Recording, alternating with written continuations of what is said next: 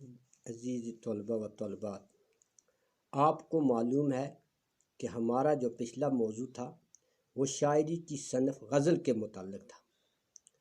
چونکہ شاعری کے بہت سارے اصناف ہیں تو ان میں سے پہلا اصناف جو ہے وہ نظم ہے۔ تو آج ہم نظم کے بارے میں آپ سے مختصر سی جانکاری دیں گے۔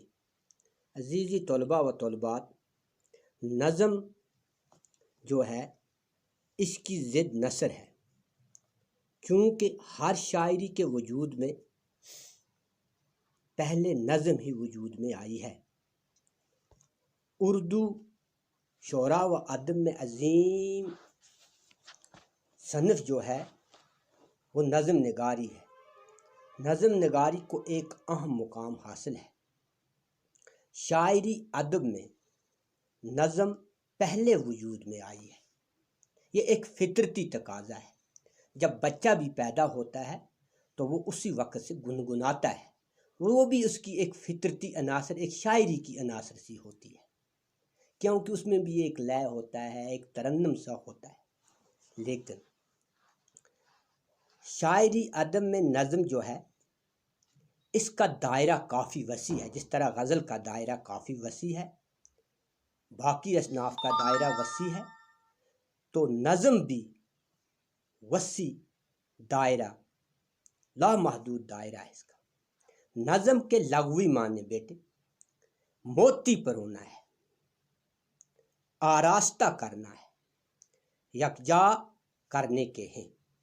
یعنی جس طرح ہم گلے کے ہار میں دانے پرو کر پھر وہ ہار پہنا جاتا ہے، اسی طرح نظم بھی ہے۔ خود نظم بھی ایک صنف شاعری ہے۔ نظم ایک دائرے کے اندر رہ کر اختیار کی جاتی ہے،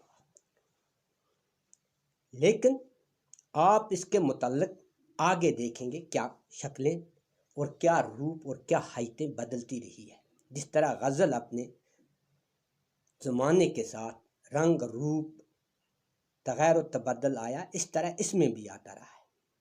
خود نظم بھی ایک صنف شاعری ہے۔ نظم شاعری کی وہ شکل ہے جس میں کوئی قصہ، کوئی واقعہ، کوئی تجربہ یا کوئی خیال تسلسل کے ساتھ پیش کیا جاتا ہے۔ نظم کسی خاص موضوع پر ہوتی ہے۔ نظم کے لیے موضوع عام ہے، جبکہ غزل کے لیے موضوع عام نہیں ہوتا ہے۔ اس طرح نظم غزل کے بالکل برعکس ہوتی ہے۔ اردو ادب میں نظم پہلے بھی موجود تھی۔ اردو نظم کا آغاز بھی دکن کی سرزمین سے ہوا، پھر شمالی ہندوستان اور باقی برصغیر میں پھیلی۔ نظم کا میدان غزل سے زیادہ وسیع ہوتا ہے۔ غزل کی جذبات لامحدود ہوتے ہیں، مگر نظم میں ایک موضوع کی اتنی وضاحت ہوتی ہے کہ شاعر اور سامع دونوں سیر ہو جاتے ہیں، اور ایک جدت سی اس میں آ جاتی ہے، لے سی پہ جاتی ہے، اور موضوع بھی تشنہ نہیں رہتا ہے۔ نظم اہتمام و انظام، ترتیب و تنظیم، ربط تسلسل کے متقاضی ہوتی ہے۔ غزل کے اشعار اگر شبنم کے حسین قطرات ہیں تو نظم زمین کو سیراب اور دل دہقاں کو شاداں اور فروہاں دینے والی موسلادھار بارش ہوتی ہے۔ جس طرح بارش بر کے سبزہ اگ جاتا ہے، اسی طرح نظم پڑھ کے بھی انسان کے اندر ایک کیفیت سی پیدا ہو جاتی ہے، سیراب ہو جاتا ہے۔ یہ محض بلبل کا نالہ نہیں ہے، بلکہ گل و بلبل کی محبت بری داستانیں ہیں، جس میں کلیوں کی کھسک بھی ہے، پھولوں کی مہک بھی ہے۔ نظم میں تمام اشعار موضوع سے گہرا تعلق رکھتے ہیں۔ اشعاروں کی تعداد محدود نہیں ہوتی ہے۔ نظم کی ابتدا بچوں کی معصوم اور پیاری صورت کی طرح نہایت دلکش اور حسین ہوتی ہے، تاکہ سامعین کو اپنے دل کی طرح لبھا لے اس کو، اور اس کا عروج اپنے اندر شباب کا جوش اور خروش لگتا ہے۔ لیکن جب زندگی اور زمانے نے کروٹ بدل لی،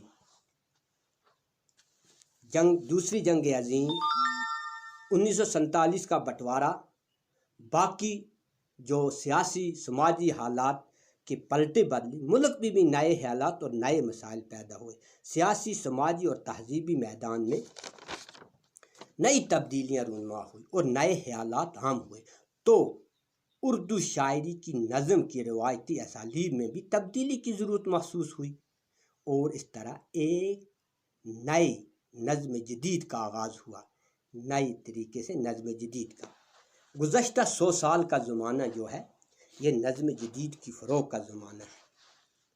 موضوع یا نفس خیال کے اعتبار سے نظم جدید وہ نظم کہی جائے گی جس میں شاعر نے شاعری کی قدیم اصناف کے بندے ٹک کے ضابطوں کا پابند نہ رہ کر کسی مسلمہ اور مانوس یا نئی اچھوتی حیت میں اپنے تجربات خیالات کو ربط تسلسل کے ساتھ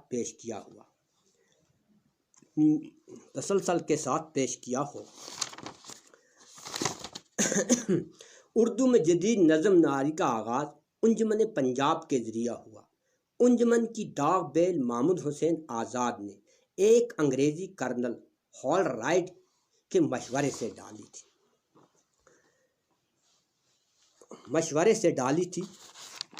جدید اردو نظم خالی اور ذات کے چند بندے ٹکے موضوعات کے دائرے سے نکال کر ہر طرح کے حالات اور تجربات کے اظہار کا ذریعہ بنایا۔ حالی کی کلیات میں بعض ایسی نظمیں بھی ملتی ہیں جن کو واضح طور پر جدید سیاسی شاعری نقطہ آغاز کہہ سکتے ہیں۔ یہ نظم ہی ہے جس میں ہماری سماجی برائیوں کی عکاسی بھی، ہماری سماجی برائیوں کی نشاندہی بھی، ہمارے سماج کی جو کمزوریاں ہیں وہ بھی ابھاری جا سکتی ہیں۔ آپ دیکھتے ہیں کہ جوش ملک آبادی کی نظم جو انہوں نے اس وقت لکھی ہے کہ ہندوستان بر صغیر کی عورتوں کے متعلق لکھنے ہیں، حسن اور مزدوری ایک مشہور ان کی یہ ایک مشہور نظم ہے جو انسان پڑھ کر دکھی ہو جاتا ہے کہ ہمارے سماج کے اندر ہم ایک عورت سے کیسے کام لے رہے ہیں، تو انسان حیران اور دنگ رہ جاتا ہے۔ مثلاً انگلستان کی آزادی اور ہندوستان کی غلامی کے عنوان سے لکھتے نظمیں بھی موجود ہیں۔ حالی کے ساتھ اس کی تحریک کے دوسرے نامور علم بردار مولانا محمد حسین آزاد، ان کی مشہور نظم شب قدر شاعری کا آغاز ہوتا ہے۔ تو آپ ہمارے نصاب میں مولانا محمد حسین کی آزاد نظم جو ہے وہ آپ جدید نظم جو ہے وہ اول العزمی ہے۔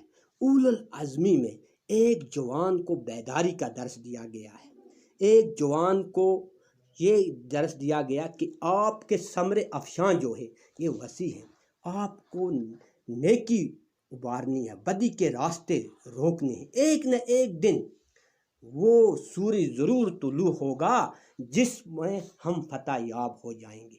اتنی گہری نظم ہے جیسے انسان کہتا ہے کہ اس نے سمندر کو کوزے میں بند کر دیا ہے۔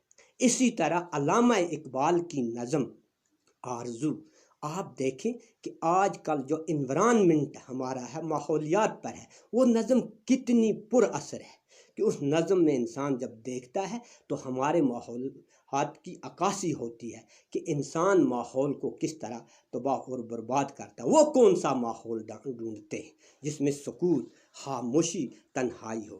اسی طرح اقبال کی نظم جگنو کو لیجئے، اسی طرح ہم اقبال کی نظم بزم انجم کو کہتے ہیں کہ اے انسان، آپ کو کس چیز کا درس مل رہا کہ آپ پرانے طور طریقے پر ابھی بھی ڈٹے۔ کہتے ہیں کہ آئین نوح سے ڈرنا، طرز کہن پہ اڑنا، منزل یہی ختم ہے قوموں کی زندگی میں۔ انسان اس جملے کو پڑھ کے حیران ہو جاتا ہے کہ کہتا ہے بچوں کہ آپ بھی ابھی وہی پرانے طرز آپ نئی جدت کو دیکھو۔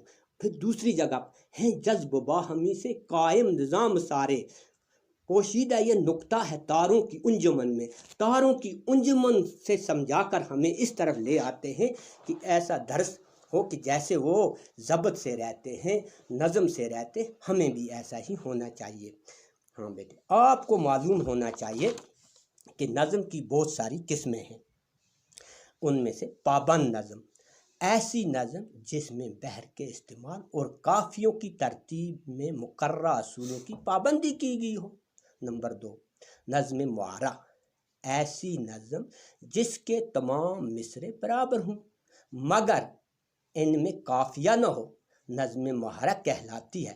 اس سے نظم غیر مقفی یا قافیہ نظم کہا جاتا ہے، اس سے نظم عاری بھی کہا جاتا ہے۔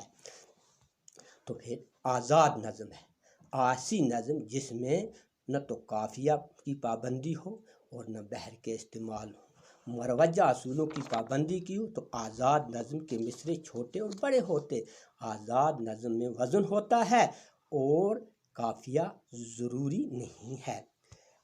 پابند نظم 4 مصروں میں لکھی جائے تو اس سے مربع نظم، اگر 5 مصروں میں لکھی جائے تو محمس کہتے ہیں۔ 1930 میں آزاد نظم لکھنے کی ابتدا ہوئی۔